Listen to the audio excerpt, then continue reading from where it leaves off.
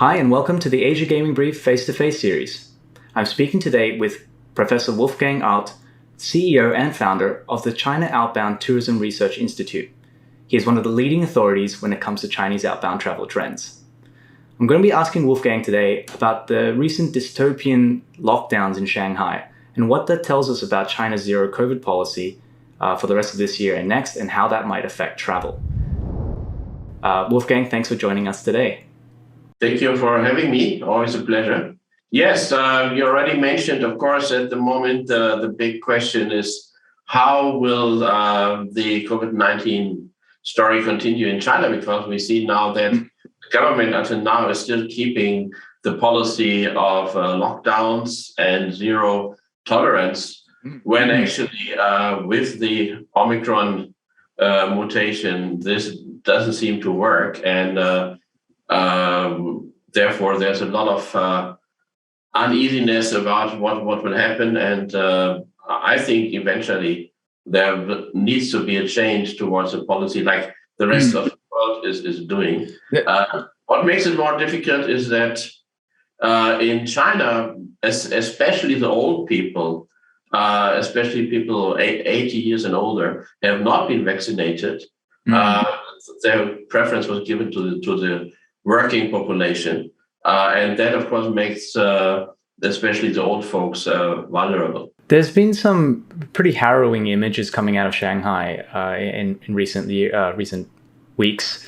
And I think Guangzhou also had sort of a bit of a run-in with COVID as well. Just based on what's happened in Shanghai, let's focus on that. What's that telling you about China's zero COVID policy? And has this changed your expectation about when China will reopen their borders at all? Well, this is something which, unfortunately, I have to say, I've been predicting something like that happening for months. And I've always been saying, I hope I will be wrong, but it seems I was not. And for instance, Thailand Tourism Authority said a few days ago, they hope that from October, Chinese tourists will come again and will start to visit Thailand again. And that is, of course, one of the dates which has been around, and this is connected to the 20th Party Congress, which will take place in October and November. And so if there is a less dramatic development of COVID-19 as we are fearing now, and if the economy is not suffering too much, it might be that Xi Jinping decides to give this like as a gift to the affluent Chinese people to open up the borders, maybe limited to certain countries or certain regions of the world. So that would be the positive scenario. But of course, it might also be that it is Spring Festival next year before any outbound Chinese tourism starts again. With what's happened in Shanghai, is this that scenario that you're fearing where when it comes to that National Party Congress in October, they're not going to make that decision to open up then, and it may be that next year scenario? Yeah, well, I think it's at the moment, it's always difficult to see what's happening inside the power structures in China.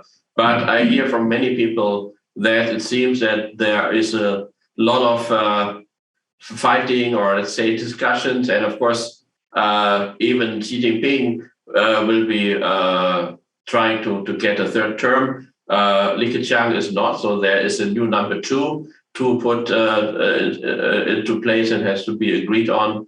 And so one can imagine that there is a lot of internal discussions going on, and it seems like for many other questions there's not so much attention paid by the Chinese government as in normal times. You mentioned earlier that Thailand, and actually it's a lot of countries, are looking at this October meeting, the National Congress for China, as being a turning point for a lot of policy change. Can you give us a brief explanation of why that political event is so important for determining when China's going to open up again?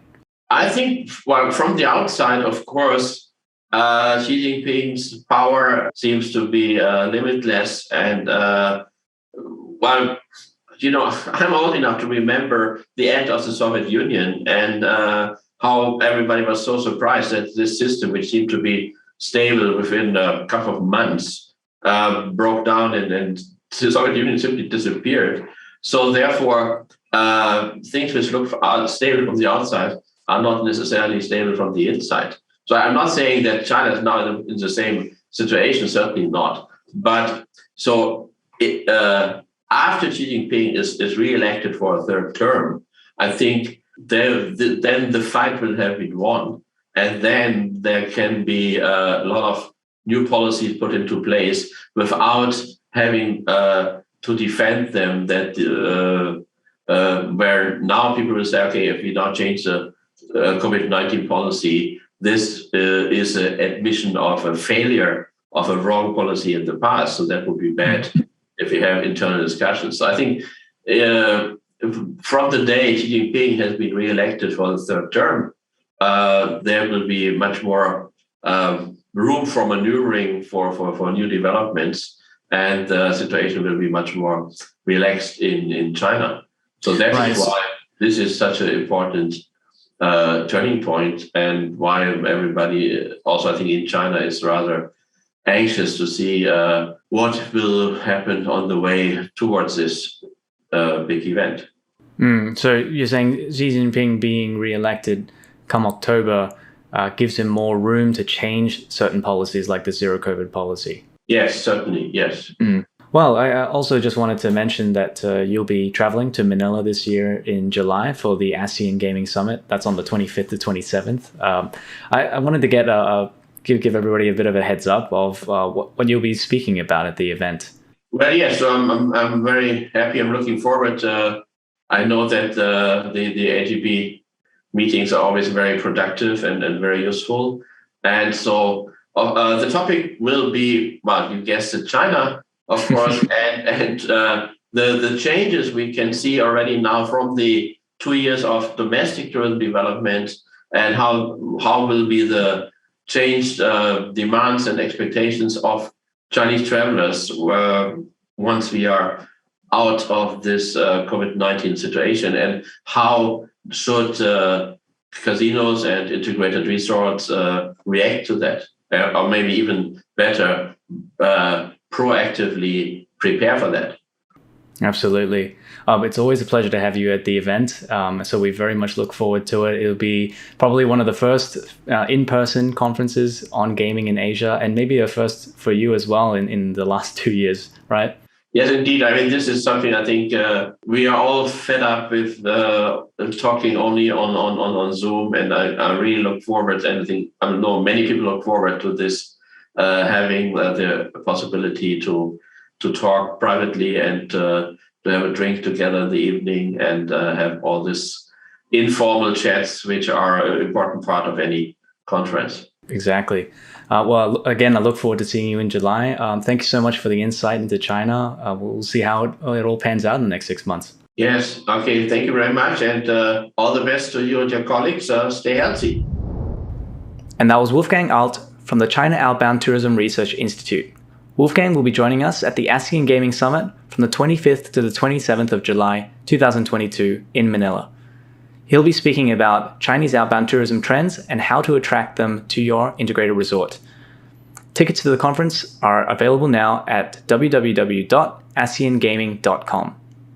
Tune in every Friday as we hear from the industry's sharpest minds.